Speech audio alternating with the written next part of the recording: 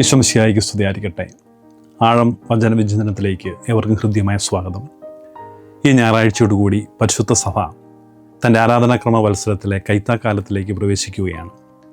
കൈത്ത എന്ന സുറിയാനി പദത്തിൻ്റെ അർത്ഥം വേനൽക്കാലം എന്നാണ്. കഠിനമായ വേനലിനൊടുവിൽ പാകമായി നിൽക്കുന്ന കതിരുകൾ കൊയ്തെടുക്കുന്ന വിളവെടുപ്പിൻ്റെ കാലമാണ്.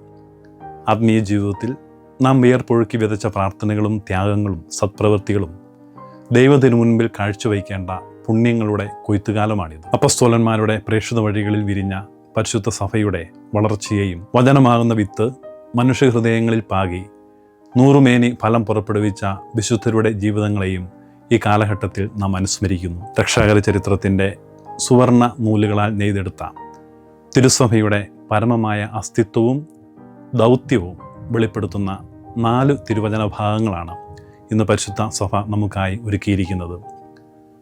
ഉൽപ്പത്തി പുസ്തകം മുതൽ വെളിപാട് പുസ്തകം വരെ നീളുന്ന വിശുദ്ധ ഗ്രന്ഥത്തിൻ്റെ സുന്ദരമായ ഒരു തീർത്ഥാടനം പോലെയാണ് ഈ വായനകൾ സഭ നമുക്കായിട്ട് ഒരുക്കിയിരിക്കുന്നത്. പരിശുദ്ധ സഭയുടെ ശരിയായ അസ്തിത്വത്തെ സുന്ദരമായി അവതരിപ്പിക്കുകയാണ് ഈ വായനകൾ.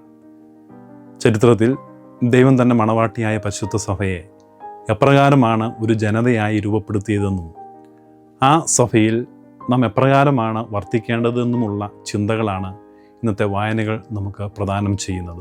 ഇന്നത്തെ ഒന്നാമത്തെ വായന ഉൽപ്പത്തി പുസ്തകം 35-ാം അധ്യായമാണ്.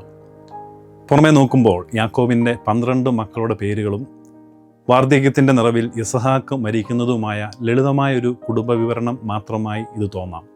എന്നാൽ ആന്തരികമായി പാപത്തിൻ്റെ തമസിൽ നിന്നും മനുഷ്യകുലത്തെ പ്രകാശത്തിലേക്ക് നയിക്കാൻ ദൈവം മനുഷ്യൻ്റെ സഹകരണത്തോടെ രക്ഷാകര ചരിത്രം നെയ്തെടുക്കുന്ന വലിയൊരു ദൈവശാസ്ത്ര രഹസ്യമാണിത്. യഹൂദ പാരമ്പര്യത്തിൽ യാക്കോബിൻ്റെ മക്കളെ വെറുമൊരു വംശാവലിയായിട്ടല്ല അവർ കാണുന്നത്, മറിച്ച് ദൈവത്തിൻ്റെ ഗോത്രങ്ങൾ എന്നാണ് വിളിക്കുന്നത്. ചരിത്രത്തിൻ്റെ ചരടിൽ ദൈവം കോർത്തുവെച്ച 12 മുത്തുകളായിരുന്നവർ. പൂർവ്വപിതാവായ അബ്രാഹത്തിന് നൽകിയ വാഗ്ദാനത്തിൻ്റെ തുടർച്ചയായിരുന്നു അവർ.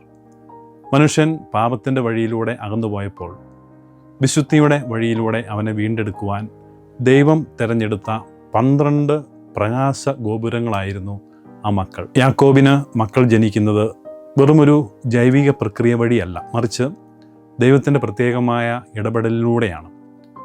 ദൈവത്തിൻ്റെ കൃപയും മനുഷ്യൻ്റെ സഹകരണവും തമ്മിൽ സന്ധിക്കുന്നിടത്താണ് രക്ഷയുടെ അത്ഭുതം ജനിക്കുന്നത് എന്ന വലിയ സത്യമാണ് യാക്കോബിൻ്റെ ജീവിതം നമ്മുടെ മുൻപിൽ അവതരിപ്പിക്കുന്നതിലൂടെ പരിശുദ്ധ സഭ നമ്മെ ഓർമ്മപ്പെടുത്തുന്നത്. മനുഷ്യൻ്റെ ബലഹീനതകളെയും കുടുംബത്തിലെ തകർച്ചകളെയും പോലും ദൈവം തൻ്റെ രക്ഷയ്ക്കായി ഉപയോഗിക്കുന്നു. മനുഷ്യൻ തൻ്റെ കുറവുകളോടെ ദൈവപദ്ധതിക്ക് മുൻപിൽ നിൽക്കുമ്പോൾ ദൈവം ആ ബലഹീനതകളെ തൻ്റെ ദൗത്യത്തിൻ്റെ വലിയ ശക്തിയാക്കി മാറ്റുന്നു. മനുഷ്യൻ തൻ്റെ ഭാഗത്തു നിന്നും ആത്മാർത്ഥമായി സഹകരിക്കാൻ തയ്യാറായാൽ അവിടുന്ന് ചരിത്രത്തെ മാറ്റിമറിക്കും. ദൈവം രക്ഷിക്കുന്നത് വ്യക്തികളെ തനിച്ചല്ല, മറിച്ച് ഒരു ജനതയായിട്ടാണ്.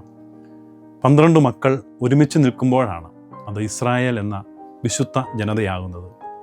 പരിശുദ്ധ സഭയുടെ കെട്ടുറപ്പിൻ്റെ രഹസ്യം ചുരുളഴിയുകയാണിവിടെ. ദൈവം തൻ്റെ ദൗത്യത്തിനായി ഒരു വ്യക്തിയെ മാത്രമല്ല 12 പേരുടെ ഒരു കൂട്ടായ്മയെയാണ് തിരഞ്ഞെടുക്കുന്നത്.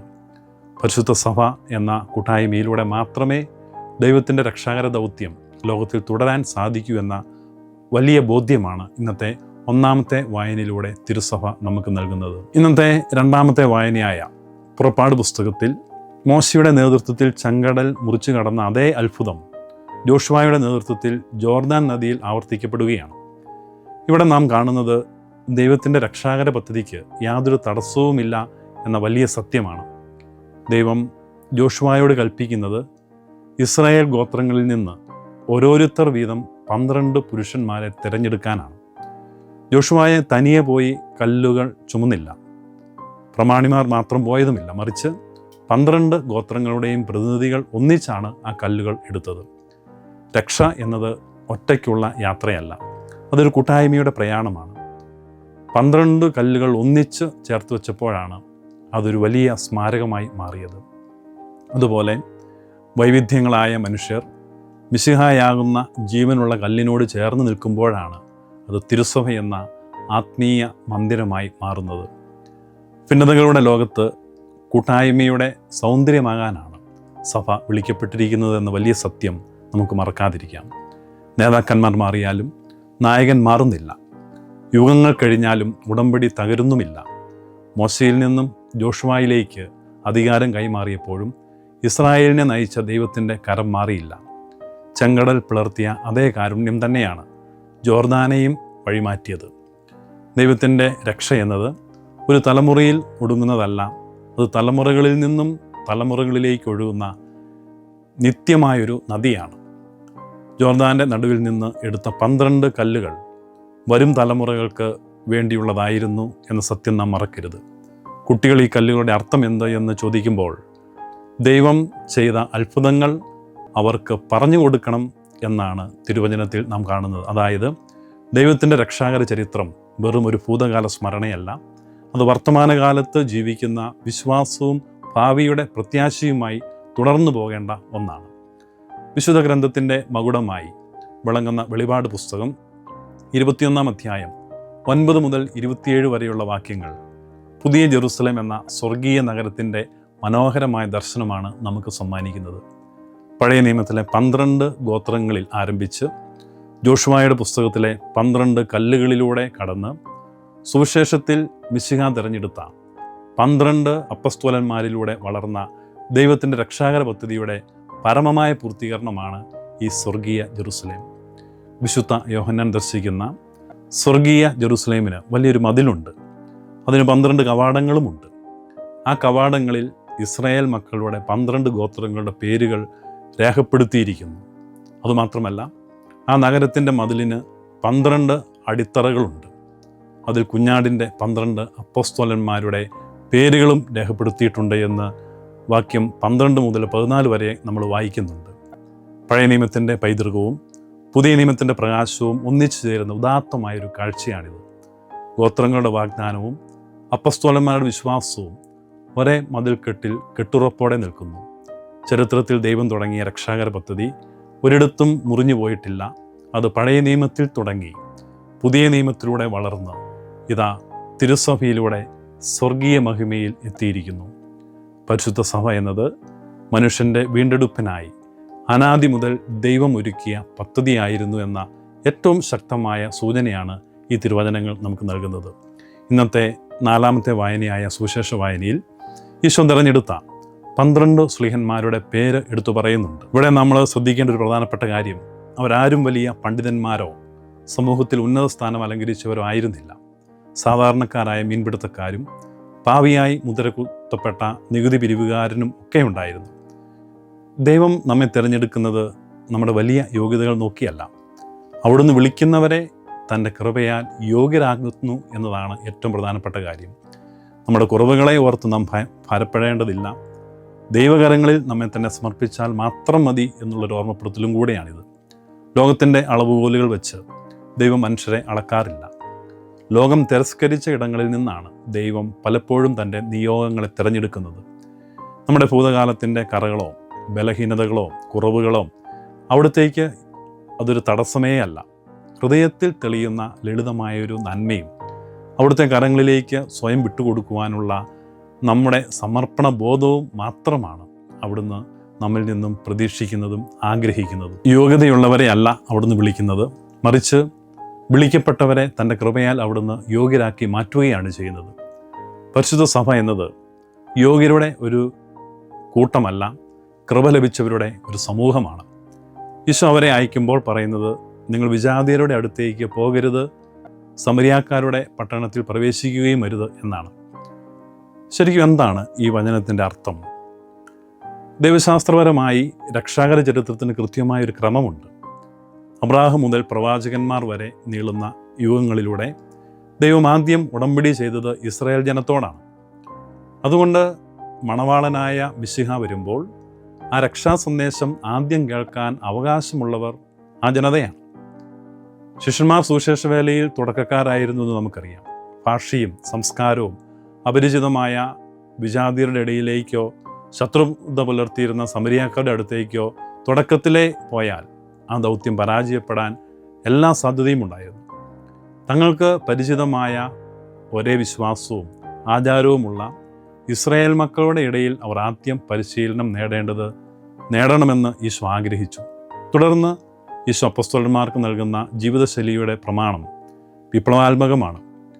നിങ്ങളുടെ അരപ്പട്ടിയിൽ സ്വർണമോ വെള്ളിയോ ചെമ്പോ കരുതി വയ്ക്കരുത്. വഴിക്ക് സഞ്ചിയോ 2 കുപ്പായങ്ങളോ ചെരുപ്പോ വടിയോ കരുതരുത്. ലൗകിക സുരക്ഷിതത്വത്തിൻ്റെ സകല ആയുധങ്ങളും അഴിച്ചുവെച്ച് വെറും കൈയോടെ ഇറങ്ങിത്തിരിക്കാൻ ആവശ്യപ്പെടുന്ന ഈ വചനത്തിൻ്റെ യഹൂദ പാരമ്പര്യവും ദൈവശാസ്ത്ര വിചിന്തനവും വളരെ ആഴമേറിയതാണ്. യഹൂദ മിഷ്ന ട്രഡീഷനിൽ യഹൂദ നിയമസംഹിത പ്രകാരം ഒരുവൻ ജെറുസലേം ദേവാലയത്തിൻ്റെ മലയിലേക്ക്, അതായത് ജെറുസലേം ദേവാലയം സ്ഥിതി ചെയ്യുന്ന മലയിലേക്ക് പ്രവേശിക്കുമ്പോൾ വടിയോ ചെരുപ്പോ അരപ്പട്ടയിൽ പണമോ പൊടി പിടിച്ച കാൽപാദങ്ങളോ പ്രവേശിപ്പിക്കുവാൻ പാടില്ലായിരുന്നു. കാരണം ആ സ്ഥലം അത്രമേൽ വിശുദ്ധമാണ്. അവിടെ ദൈവത്തിൽ മാത്രമാണ് ആശ്രയിക്കേണ്ടത്. ഈശോ ഇവിടെ സ്വന്തം ശിഷ്യന്മാരോട് ആവശ്യപ്പെടുന്നത് യഹൂദ ദേവാലയത്തിനകത്ത് മാത്രം പാലിച്ചിരുന്ന ആ പരമമായ ശുദ്ധി ലോകമാകുന്ന വലിയ ദേവാലയത്തിലേക്ക് ഇറങ്ങുമ്പോൾ ശിഷ്യന്മാർ ജീവിതശൈലിയാക്കണം എന്നാണ്. ദേവാലയത്തിൻ്റെ അതിരുകൾ മതിൽക്കെട്ടുകൾക്കുള്ളിൽ നിന്നും മനുഷ്യ ഹൃദയങ്ങളിലേക്ക് പടരുകയാണ്. അങ്ങനെയെങ്കിൽ സുവിശേഷകൻ ചുവടുവയ്ക്കുന്ന ഓരോ മണ്ണും വിശുദ്ധമാണ്.